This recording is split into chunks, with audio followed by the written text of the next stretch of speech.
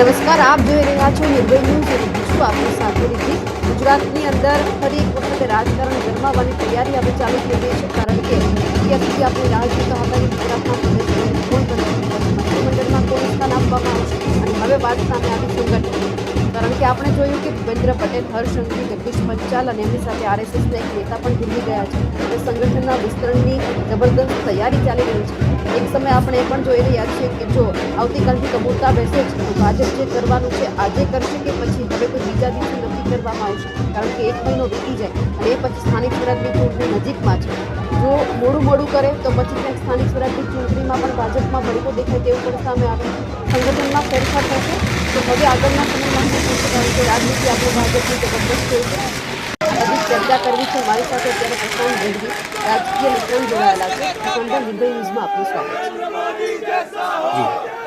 પ્રશાંતભાઈ, આપણે જોયું છે કે ભાજપ હંમેશા બ્રાહ્મણ છે, જૈન છે, પાટીદાર છે ચહેરા પસંદ કરતા હોય છે, અને એ પછી આપણે ઓબીસી ચહેરો જોયો. સંગઠનમાં કેવા ફેરફાર આવશે? આમ તો કોઈ પણ રાજનીતિ ને રાજકીય પક્ષ કાર્યકર અને સંગઠનની ઇમારતથી બનેલો હોય છે, પણ તકલીફ જુઓ તમે કે ગુજરાતમાં ભાજપ અને કોંગ્રેસ બંને સંગઠન વગરના ચાલે છે અત્યારે. એટલે એક્સટેન્શન ઉપર, ભાજપ એક્સટેન્શન પર ચાલે છે અને કોંગ્રેસે તો છેલ્લા 3-4 વર્ષથી એનું માળખું જ નથી બનાવ્યું. અને આપણે પછી રાડો પાડીએ કે કોંગ્રેસ ક્યાંય નથી, એટલે સંગઠન વગર કોંગ્રેસ ક્યાંય ના હોય. ભાજપમાં ઉપર બેઠેલા સાહેબની બીકથી સંગઠન તો ધકે ગમે એટલે મને ગમે અણગમે પણ ચલાવે છે લોકો. અને હવે પ્રદેશ પ્રમુખ નવા આવ્યા છે એટલે એની ટીમ બને. હવે નોર્મલી કેવું હોય, આપણે પેલા ગોડફાધર વાળી જે સિસ્ટમ હતી કે ભાઈ ગોડફાધર હોય એ તમને ક્યાંક સ્થાન અપાવે, એમ અત્યારે ભાજપમાં ગોડફાધર જેવો શબ્દ તો બહુ રહ્યો નથી, પણ તેમ છતાં આની ટીમ ને આની ટીમ અને આનું ગ્રુપ ને આનું ગ્રુપ. એટલે જેમ પહેલાથી આપણે જાણીએ છીએ કે આનંદીબેન વર્સિસ અમિતભાઈનું તો ચોક્કસ એક ગ્રુપ ચાલે. એમાં પાછા CR પાટીલ સાહેબ આયા, હવે જગદીશભાઈ આયા, એટલે CR પાટીલ વર્સિસ જગદીશભાઈનું ગ્રુપ. કારણ કે જગદીશભાઈને CR પાટીલના સંગઠનના કોઈ પણ માણસ મંજૂર નથી અને રાખવાના મૂડમાં નથી કે રિપીટ આમને કરવા જોઈએ. જગદીશભાઈ એકદમ ગ્રાઉન્ડ લેવલથી આખું જાતે બધે જેમ ફરતા ગયા, દરેક જિલ્લાનો પ્રવાસ કરતા ગયા અને દરેક સેલની ટીમને મળતા ગયા, એ પ્રમાણે એમની રીતે નક્કી કરી રાખ્યું છે અને ક્યાંક ને ક્યાંક ઓપિનિયન લે છે. એટલે હવે સંગઠન માળખું ગમે ત્યારે જાહેર થાય. હવે કઈ રાહ જોઈ રહી છે, કારણ કે કેપ્ટન આવે તો તરત ટીમ જાહેર કરે અને પછી કામે લાગવાનું હોય. પણ ભાજપની આ ખૂબ રીતિ પ્રણાલી રહી છે, એ પ્રમાણે રાતોરાત અચાનકથી એક દિવસ જાહેર કરવાનું. ઘણા લોકો લોબિંગ કરી નાખ્યું છે, ઘણાને કોઈ મોરચા માટે, ઘણાને કોઈ જિલ્લા માટે. જિલ્લા પ્રમુખનું લિસ્ટ પણ મને લાગે છે જિલ્લા પ્રમુખ જે નવા જાહેર કર્યા હતા એ લોકોને કહી દીધું હતું કે તમારે તમારી ટીમ બનાવવાની રહેતી નથી. જેમ કે અમદાવાદ શહેર પ્રમુખ બનાયા, એમને કહી દીધું હતું ભાઈ નવા પ્રદેશ પ્રમુખ આવે પછી જ તમારી ટીમ બનાવવાની છે અને જાહેર કરવાની છે. એ રીતે જિલ્લાઓમાં કહી રાખ્યું હતું. તો હવે ગમે ત્યારે આના ભણકારા તો વાગી રહ્યા છે. લોકો પણ ઈચ્છે છે કે આ સંગઠન બને એટલું વહેલું બને, તો આગળ જતા ખબર બી પડે કે આમાં અમારું શું છે, અમારો કેટલો શેર રહેવાનો છે અને હવે અમારે પાર્ટી માટે કેટલું સક્રિય રહેવાનું છે. કારણ કે છેલ્લા 5-10-15 વર્ષથી રાહ જોતા વ્યક્તિઓ ક્યાંક સંગઠનથી બહાર, સત્તાથી બહાર, સાઇડલાઇન થયેલા છે, કોરાણે મુકાણા છે, એમનો ચાન્સ લાગવાનો છે કે પછી એમના ચહિતા મનીતા 5-10-20 જણને સારો ચાન્સ મળી જશે અને એ લોકો કામ કરશે. એટલે મને લાગે છે એક લેવલની પ્રક્રિયા જગદીશભાઈએ પૂરી તો કરી છે. પૂરી કર્યા બાદ ક્યાંક અમિતભાઈની પરવાનગી લેવાની હોય, ક્યાંક નરેન્દ્રભાઈની પરવાનગી લેવાની હોય, ક્યાંક રાજ્યના પ્રભારી છે એમની પરવાનગી બાકી હોય, ક્યાંક જૂનાને તો હું નથી માનતો કે એમને કંઈક પૂછ્યું હોય, પણ એમની રીતે સર્વે કરી અને એક લિસ્ટ તૈયાર કરીને 2-3 વાર દિલ્હીમાં બતાવી ચૂક્યા છે. મને લાગે છે ત્યાંથી લીલી ઝંડી મળી નથી. એ પતે એટલે જાહેર થઈ જશે. એટલે વાત એવી છે કે આવતીકાલથી કમૂરતા ચાલુ થઈ જાય છે. આમ તો આપણે જોયું છે કે કંઈ પણ સારા કરવાના હોય એટલે ભાજપ છે સારો દિવસ પસંદ કરતા હોય છે. જો આજે ન કરે તો પછી 1 મહિનો રાહ જોવી પડે. 14 જાન્યુઆરીએ બધું પૂરું થાય અને સ્થાનિક સ્વરાજ નજીકમાં આવે. વાત સાચી છે તમારી, પણ તકલીફ એ છે કે ખુદ મુખ્યમંત્રી ભૂપેન્દ્રભાઈએ કમૂરતામાં 1-2 વાર શપથવિધિ કરેલી છે. એટલે એ લોકોને એવું કંઈ છે નહીં કમૂરતા કે મુહૂર્ત. એ તો રાહ જોઈને બેઠા છે કે મળ્યું એ જ મુહૂર્ત, નામ આવ્યું એ જ મુહૂર્ત. એટલે કમૂરતાની રાહ કદાચ નહીં જોવાય, મને એવું લાગે છે. કારણ કે પછી શું થશે કે 15 જાન્યુઆરી અને આ બાજુ SIR ની પ્રક્રિયા પૂરી થાય, ડ્રાફ્ટ લિસ્ટ બહાર પડે અને એના આધારે કદાચ સીધી ચૂંટણી પણ જાહેર થાય. ચૂંટણી સ્થાનિક સ્વરાજની કોર્પોરેશનની ચૂંટણી આવતા માર્ચ એન્ડ કે એપ્રિલ નીકળી જશે તો તરત આની કામે લાગવું પડશે. એટલે તકલીફ એ જ છે કે સંગઠનમાં જેનો સમાવેશ થાય અને એ એની ટીમ બનાવે, હવે એ ટીમની નારાજગી કેટલી બહાર આવે છે. કારણ કે ઘણાને કોર્પોરેશન ને જિલ્લા પંચાયત ને તાલુકા પંચાયતની ચૂંટણી લડવી છે અને જો એમને ટિકિટ ના મળે, વત્તા એમને સંગઠનમાં સ્થાન ના મળે, અથવા અત્યારે જેને સ્થાન મળે એના પ્રત્યેની લોકોની નારાજગી કેટલી છે, અને પછી એ નીચે લોકો કેટલી ટીમને જોડે રાખી શકે છે. કારણ કે આ ચૂંટણી પણ જીતવાની છે અને નારાજગીનો સૂર બધી જગ્યાએ પુષ્કળ છે, ખાલી અંદર નહીં લોકોમાં પણ. આમ જોવા જાવ તો સ્થાનિક સ્વરાજની ચૂંટણી એ સૌથી મોટો લિટમસ ટેસ્ટ આપણા લોકોનો છે. આપણા લોકોનો એટલે અહીંથી આપણે બેસીને દૂધનું દૂધ પાણીનું પાણી કહીએ છીએ, પણ એ જનતાને કેટલું મંજૂર છે. કારણ કે અમદાવાદ, બરોડા, સુરત, રાજકોટ નગરપાલિકાની બિસ્માર હાલત, રોડ રસ્તા, બ્રિજ તૂટવાથી માંડી, ટ્રાફિકની સમસ્યાથી માંડી બધી જ જગ્યાએ દેકારો અને એટલા બધા કાંડ, ટીઆરપી કાંડ પણ આપણે છેલ્લા 5 વર્ષમાં જોયો છે. બોટકાંડ, હરણી બોટકાંડ પણ આપણે જોયો છે. સુરતનો તક્ષશિલા પણ જોયો છે. અને આ બધી પરિસ્થિતિ વચ્ચે મતોના ઢગલા પણ આપણે જોયા છે.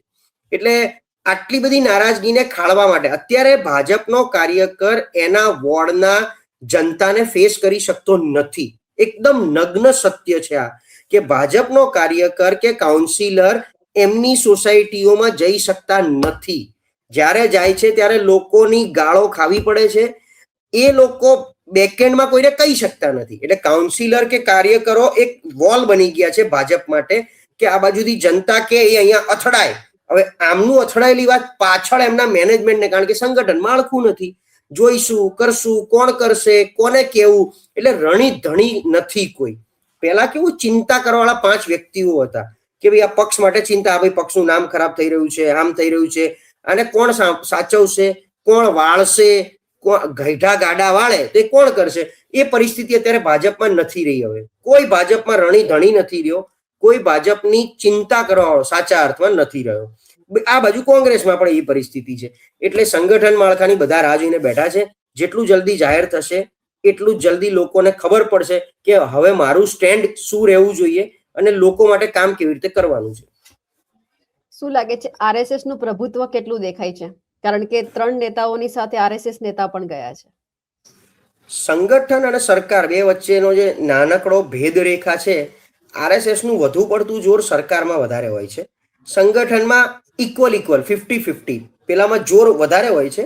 સંગઠનમાં જેમ ગઈ વખતે તમને યાદ કરાવું તો CR પાટીલની ટીમમાં 4 મહામંત્રી હતા.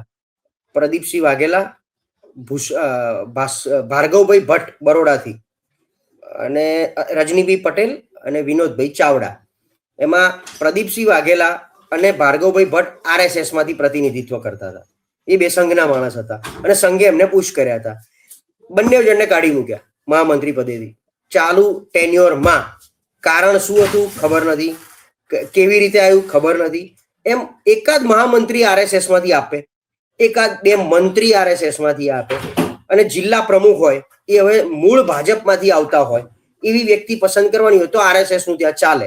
એટલે આરએસએસ નું જોર રહેશે, પણ હું માનું છું ત્યાં એટલું બધું નહીં કે જે આપણે વિચારી રહ્યા છે, જે આપણે, કારણ કે તો આરએસએસ નું જોર ચાલતું હોત તો અત્યાર સુધી રાષ્ટ્રીય અધ્યક્ષ જાહેર કરી દીધા હોત. ત્યાં બી પેજ ફસાયેલો છે. એમના રાષ્ટ્રીય અધ્યક્ષ હજી બાકી છે જાહેર કરવાના. કોણ બનશે, ક્યારે બનશે, કોઈ ક્લ્યુ નથી. નરેન્દ્રભાઈ પાસે ટાઈમ નથી અત્યારે, બધી ગ્લોબલ મુલાકાતો, બધા અવનવા ફંક્શનો, એટલે એ જે દિવસે વિચારી રાખ્યું હશે એ દિવસે જાહેર કરી દેશે ધીમે કરીને.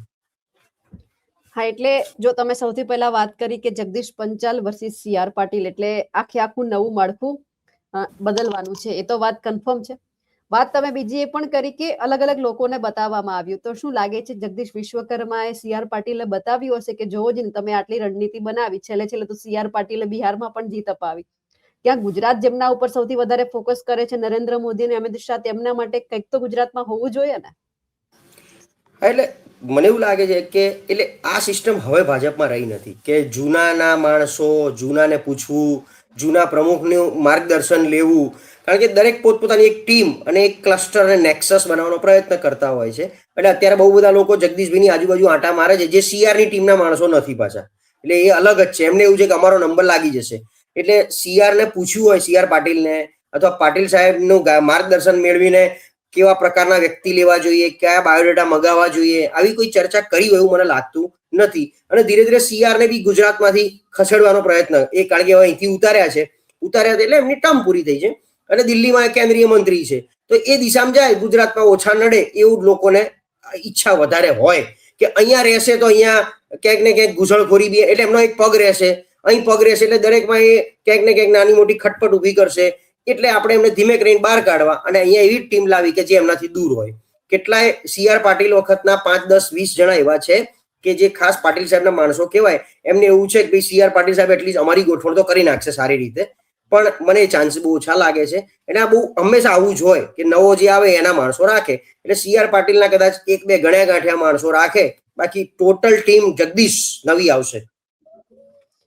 ટોટલ ટીમ નવી જગદીશ આવશે, પણ ખરા ઉતરી શકશે જગદીશ વિશ્વકર્મા? આટલા સમયમાં તમે એમનું રાજકારણ જોયું છે તો જગદીશભાઈ એટલા બધા આક્રમક નથી જેટલા CR પાટીલમાં આપણને આક્રમકતા, ભલે બૂથ લેવલની વાતો કરે, પેજ પ્રમુખ સુધીની વાત કરે, આમ જોવા જાય તો CR પાટીલે પોતે સભા સિવાય કંઈ કર્યું નથી. સંગઠન માટે એમણે સારા કયા કામ કર્યા, પોતાનું એક માળખું બનાવી રાખ્યું અને 1 મેન આર્મીની જેમ ચલાવ્યું. 2 મહામંત્રી નહીં, મંત્રીઓને પૂછવાનું નહીં, કોઈ દિવસ મેં બધાને ભેગા બેસીને કોન્ફરન્સ રૂમમાં, તમે એક ફોટો મને બતાવો છેલ્લા 5 વર્ષમાં CR પાટીલે મીટિંગ લીધી હોય કોન્ફરન્સ રૂમમાં પ્રદેશ પ્રમુખની સાથે, 4 મહામંત્રી, 10 મંત્રીઓ અને જિલ્લા પ્રમુખોને બોલાવીને કંઈક ચર્ચા કરતા જોઈ લો, એક ફોટો કે એક વિડીયો મને કાઢીને દેખાડજો તમે. એટલે એમણે આવી રીતે કેપ્ટનની જેમ કામ જ નથી કર્યું, એ તો અહમ બ્રહ્માસ્મી હતા અને નાની મોટી પોલિસીથી ચાલી જતા હતા. એટલે જગદીશભાઈ થોડા ઘણા અંશે એક સંગઠનના માણસ, કારણ કે એમણે અમદાવાદ શહેર પ્રમુખ તરીકે કામ કરેલું છે, એમની પોતાની એક શહેરની ટીમ છે.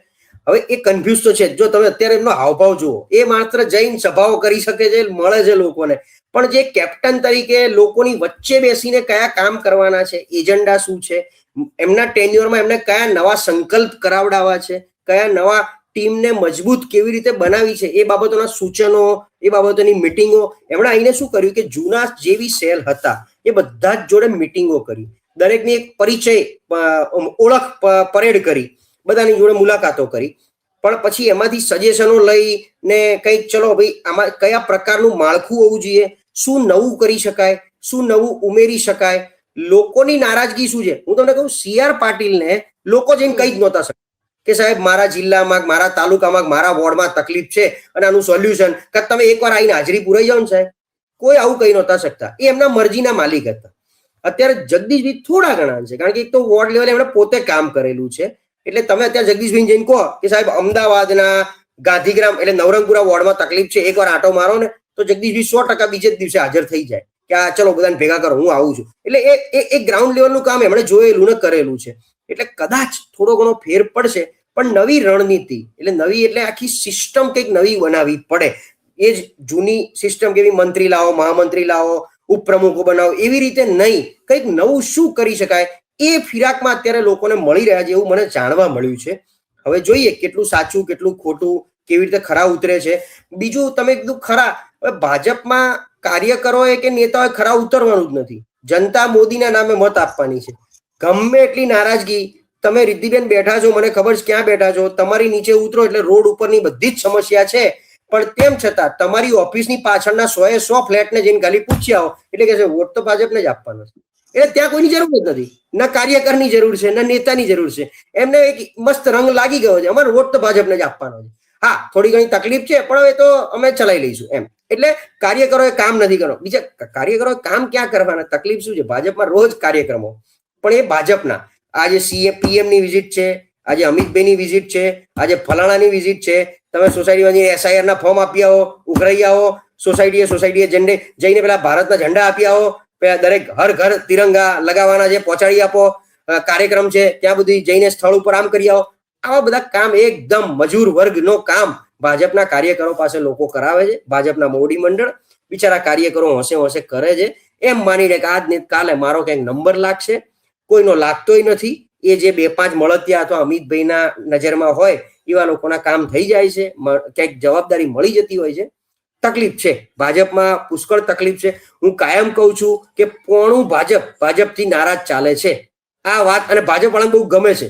હું કોઈ પણ પ્લેટફોર્મ પરથી હું બોલું છું એટલે ભાજપ વાળા સ્વીકારે, સાહેબ તમે બોલો છો સાચું બોલો છો, પોણું ભાજપથી નારાજ છે. એ નારાજગી ખાળવા માટે પક્ષના વડા તરીકે ક્યારેય કોઈએ તસ્દી લીધી નથી. આ નારાજગીને, કાર્યકરોની નારાજગીને ખાળવા માટે ક્યારેય ભાજપના 5 નેતાઓએ ભેગા થઈને ચિંતા કરી અને કાર્યકરોને ભેગા કર્યા નથી કે બોલો શું તકલીફ છે, ચલો હું આવું છું. એવું જરૂરી નથી તમે ધારાસભ્ય હોય કે જિલ્લા પ્રમુખ હોય તો જ તમે રસ લઈને કામ કરો. તમને પક્ષે ઘણું આપ્યું છેલ્લા 30 વર્ષમાં. તમે તો ક્યારેક આજે હું પક્ષનો કહું તો ભાઈ એટલે એ રીતે મારે કેવું છે કે ચલો કોણ છે 10, 15, 20 જણા આપણે લાવો, ચલો ધારાસભ્ય જોડે બેઠક કરી દઈએ, જે અંદરની નારાજગી હોય એનું સમાધાન કરાવી દઈએ. આવી તસ્દી કોઈએ લીધી નથી. માત્ર કામ કરો, કામ કરો, કામ કરો અને બસ લોકોમાં જઈને આમ કરો તેમ કરો, અમે આવીને હાથ હલાઈને રાજનીતિ કરશું. આ કલ્ચર ઘૂસી ગયું છે. જ્યાં સુધી આ કલ્ચરમાંથી બહાર નહીં આવે ત્યાં સુધી લોકોની નારાજગી વધતી જશે. આ લોકોના વોટે વધતા જશે, કારણ કે તમારા કર્મો બધા એવા છે. એટલે હવે જી હા, એટલે આપણે જોઈએ તો જગદીશ પંચાલમાં એવી આક્રમકતા નથી જે CR પાટીલમાં આપણને દેખાતી હતી. બોલવાની છટા હોય, લોકો સાથે વાતચીત કરવાની એમની જે શૈલી છે એ આપણને એવું લાગે કે રાજનેતા છે, પરંતુ આમ એકદમ એવો પાવર નહીં કે કહી જ દે અને લોકોને અનુસરવું પડે એમના નેતાઓએ. CR પાટીલનો સ્વભાવ છે થોડો આમ માણસ તરીકે બહુ સારા, પેલા સિંઘમ પિક્ચરના ડાયલોગ જેવા છે. ઉપરથી જે કડક હોય ને અંદરથી બહુ નરમ હોય. પણ CR પાટીલનો એક પોતાનો ઓરા એવો હતો ને કે બોલે ને એટલે સામેવાળાને થોડું બીક લાગે કે સાહેબને કશું ના કહેવાય, એમને ખોટું લાગી જશે અને મારું પત્તું કપાઈ જશે. અને પાછા સાહેબ ઉપરથી આવ્યા છે એટલે એમની આગળ કંઈક મારી નારાજગી એ સીધી મોદી સાહેબ સામે નારાજગી, એટલે હું તો હાવ પતી જઈશ. એના કરતા જેમ ચાલે મારે કેટલા લેવા દેવા. એટલે ઘણા લોકો બિચારા CR પાટીલ સાથે મન ખોલીને વાત નહોતા કરી શકતા. એક લીડર, એક નેતા તરીકે તમારે એટલા નિખાલસ રહેવું જોઈએ કે લોકોને એમના બોલાવીને પૂછવું જોઈએ, ભાઈ બોલો શું તકલીફ છે, શું ચાલે છે, મારે શું કરવું જોઈએ, હું લીડર છું, મને તમે શું સૂચન આપો છો. કારણ કે છેલ્લે ગ્રાઉન્ડના સૈનિક તમે છો. તો આવી કોઈ પ્રવૃત્તિ એમણે કરી નથી. એટલે CR પાટીલનું એક આ જે ઓરા વાળો નેચર ને ફેસ હતો ને એના હિસાબે લોકો એમની આગળ બહુ મન ખોલીને વાત નહોતા કરતા. એ ઘણા ગાંઠ્યા 2-5 જણા હતા એમનું જ સાંભળતા હતા CR પાટીલ. આશા રાખીએ જગદીશભાઈ તમે જેમ કહો છો એ પ્રમાણે આક્રમક ના હોય તો કંઈ નહીં, પણ અસરકારક બને અને લોકોને સાથે રાખે. કેપ્ટન તરીકે મેક્સિમમ સાથે રાખીને નેતા પ્રસ્થાપિત થાય અને લોકોને પોતાને એવું ફીલ થાય કે હું ભારતીય જનતા પાર્ટી નામની પાર્ટીમાં એક કાર્યકર તરીકે આવા મારા સારા લીડર જગદીશભાઈની અંડરમાં કામ કરી રહ્યો છું. પ્રશાંતભાઈ, આપણે જોયું મંત્રીમંડળનું વિસ્તરણ થયું એટલે સૌથી વધારે સમસ્યા એ થઈ કે નારાજગીનો દોર શરૂ થયો. સંગઠનમાં પણ એવું લાગે છે કે નારાજગી રહેવાની છે. ભાજપ છે આવનારી સ્થાનિક સ્વરાજની ચૂંટણીમાં કઈ રીતે હેન્ડલ કરશે આ બધું? તો જો ગઈ વખતે બી સ્થાનિક સ્વરાજની ચૂંટણી કોરોના પછી થઈ હતી તરત 21માં આપણે જોઈ બધાએ, બરાબર છે. લેટ બી 20માં કોરોના હતો એટલે ત્યારે નારાજગી આટલી હતી. ટિકિટો કપાવવાની નારાજગી પુષ્કળ હતી, જ્ઞાતિગત સમીકરણની નારાજગી. અત્યારે પણ એકને બતાવી દેવા માટે બીજાને મંત્રી બનાવ્યો છે. આ તમે સ્પષ્ટ જોઈ લો કે મારે રિદ્ધિબેનને બતાવી દેવું છે એટલે આ ભાઈને મંત્રી કે આ બેનને મંત્રી બનાવી દો. એ રીતે આખું જે કોષ્ટક ગોઠવવાનો પ્રયત્ન કર્યો છે. અને પછી બીજાને એવું કે ભાઈ તમારા સમાજને સાચવી લેવાનો, તમારી જવાબદારી. એટલે પેલાને બિચારાને આજ નહીં તો કાલે મને મળશે એવી આશા એ બિચારો સમાજને સમજાવવા જાય કે ભલે આને બનાવે. જેમ કે સ્વરૂપજી ઠાકોર વર્સિસ અલ્પેશ ઠાકોર. અલ્પેશભાઈ બતાવી, સ્વરૂપજીને બતાવ્યા. આવા 2-4 ઉદાહરણ છે. કૌશિક વેકરિયા અમરેલી, બીજા 2 જણને બતાવવા કૌશિકભાઈને બનાવી દીધા. કેલિબર છે નથી, 2 નંબરની વાત છે. તો આ વસ્તુમાં અને પાછું અલ્પેશભાઈને સમજાવી દીધું કે તમારા સમાજને સમજાવવાનો. જયેશ રાદડિયાને બતાવવા માટે કૌશિકભાઈને મૂક્યા. એટલે ભાઈ જયેશભાઈને કહી દીધું કે પટેલ સમાજને તમારે સમજાવી દેવાના, હો ભાઈ તમને કેમ નથી બનાયા અને તમને અમે આગળ જતા જોઈશું. એટલે આ પરિસ્થિતિમાં આ નારાજગી આવનારી ચૂંટણીઓમાં લોકો નેતાને કે હવે તમે સમજો આ મેટ્રિક્સ કેવું ચાલે છે.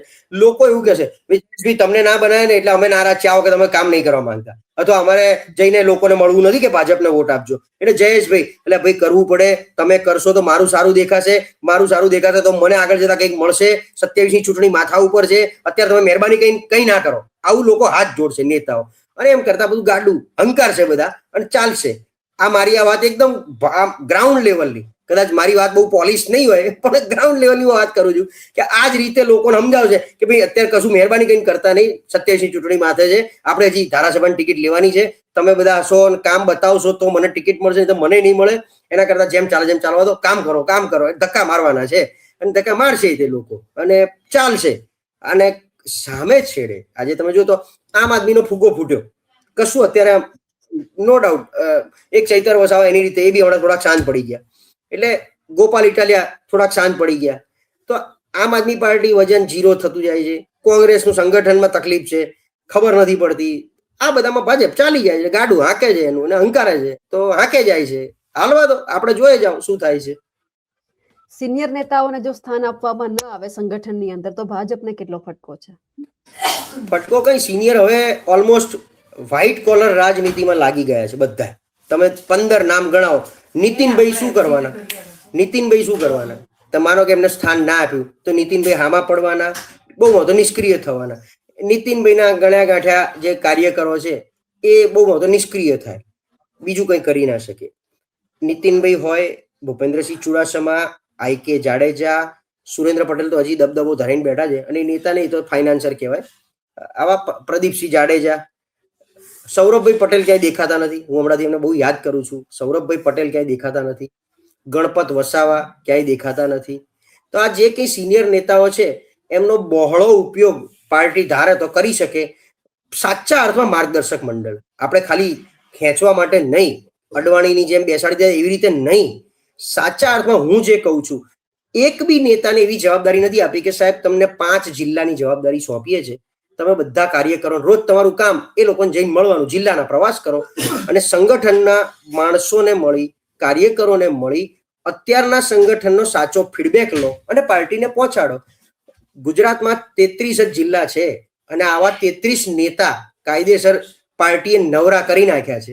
તે 33 ને એવું જરૂરી છે કે હોદ્દો હોય તો જ તમારે કામ કરવાનું, હોદ્દો હોય તો જ તમારે જિલ્લાના પ્રવાસ કરીને કામ કરવાના? અચ્છા, એ જ જિલ્લામાં કેટલાયને નવરા કરી નાખ્યા છે. એ નેતાઓને શું પાર્ટી કાયદેસર એક કામગીરી ના સોંપી શકે?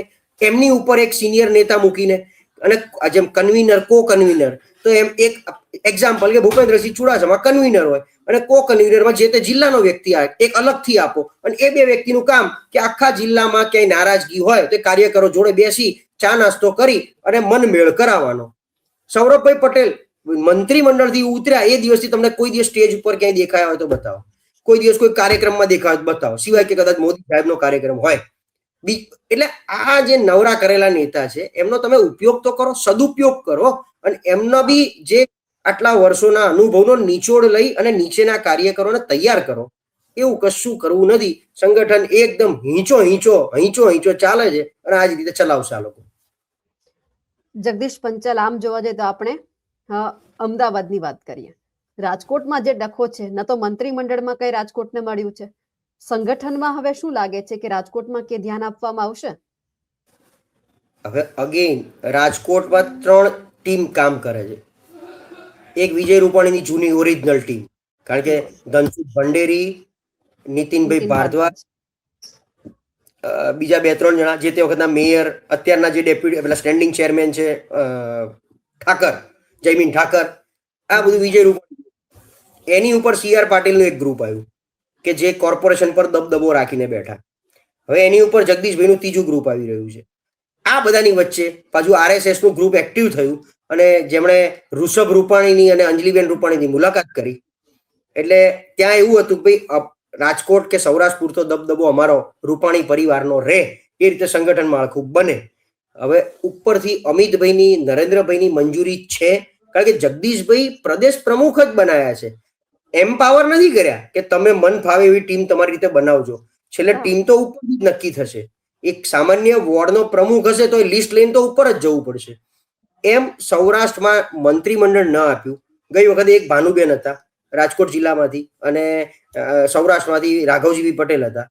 તો આ વખતે રીવાબાને રાખ્યા અને કૌશિક વેકરિયાને આ બાજુથી. એટલે રાજકોટમાંથી કોઈ નહીં. ઘણા વર્ષો પછી આવું થયું કે રાજકોટના નેતૃત્વ કરવાનો નથી મળ્યું. એની પુષ્કળ નારાજગી. CR પાટીલના જે ગણ્યા ગાંઠ્યા 3-4 જણા જે કોર્પોરેશન પર હુકુમત જમાઈને બેઠા છે એમની સામેની નારાજગી. અને 1-2 તો ઓડિયો ક્લિપો બહુ જ વાયરલ થઈ છે, કોના નામની, કયા બેન કરે છે, ત્યાંનું લોકલ વત્તા અત્યારના જે રાજકોટ શહેર પ્રમુખ અને પહેલાના પૂર્વ પ્રમુખ, એ બંને વચ્ચે આંતરિક લડાઈ. અને રાજકોટ એટલું બધું આમ જેને કહેવાય ને આ લોકોએ ચૂથી નાખ્યું છે અને ચિંગમ કરતા પણ વધારે ચીકણું કરી નાખ્યું છે. એટલે કેવી રીતે એને ડામવું, શું કરવું, એ પણ પેચ ફસાયો છે. તો એવા કયા વ્યક્તિને, અચ્છા જે વ્યક્તિને મૂકશે એને લોકો સ્વીકારશે કે કેમ અને પછી ચાલશે કે કેમ, આ પણ એમની એક અંદર ખાને એક ભીતિ છે, ભય છે કે આમાંથી બહાર નીકળાશે કે પછી તંત્ર આવ ખાડે જશે. એટલે રાજકોટ મને લાગે છે બહુ મોટો પેચ છે, અને હું જે સમજાઈ રહ્યો છું એ જ પ્રમાણે આને ધીમે કરીને તમારે ડામવું પડે અથવા તો એ જ રીતે બહાર કાઢવું પડે. 2-4 સિનિયર નેતાઓને રાજકોટની અને રાજકોટ શહેર અને જિલ્લાના પદ વગરના મોટા નેતા બનાવવા પડે. પદ વગરના, કે તમારું કામ છે માત્ર નારાજગી દૂર કરો. જેમ ભૂપેન્દ્રસિંહનું નામ આપ્યું, ત્યાં કિરીટસિંહ રાણા અત્યારે નવરા કર્યા છે, તમે મંત્રીમંડળમાં નથી. તો આવા 2-4 નેતાઓને આગળ ધરવા પડશે આ બધું ડેમેજ કંટ્રોલ, કારણ કે ત્યાં કમ્યુનિટીનો પણ એક પ્રભાવ, ક્ષત્રિય, પાટીદાર, એ આ બધા સમાજનો પ્રભાવ છે. એટલે એ બધું ડેમેજ કંટ્રોલ કરવા માટે 4-5 સિનિયર નેતાઓને ઉપયોગ કરવા પડશે. બિલકુલ. એટલે હવે જોવાનું છે કે કેટલું મોટું માળખું આવે છે અને કોણ નારાજ થાય છે અને કોણ ખુશ થાય છે. આપ અમારી સાથે જોડાયા, આપનો ખૂબ ખૂબ આભાર. તમને શું લાગે છે અમને કમેન્ટ કરીને ચોક્કસથી જણાવજો. સાથે જ અમારી નિર્ભય ન્યૂઝ ચેનલને લાઇક, શેર અને સબસ્ક્રાઇબ કરવાનું ભૂલશો નહીં. નમસ્કાર.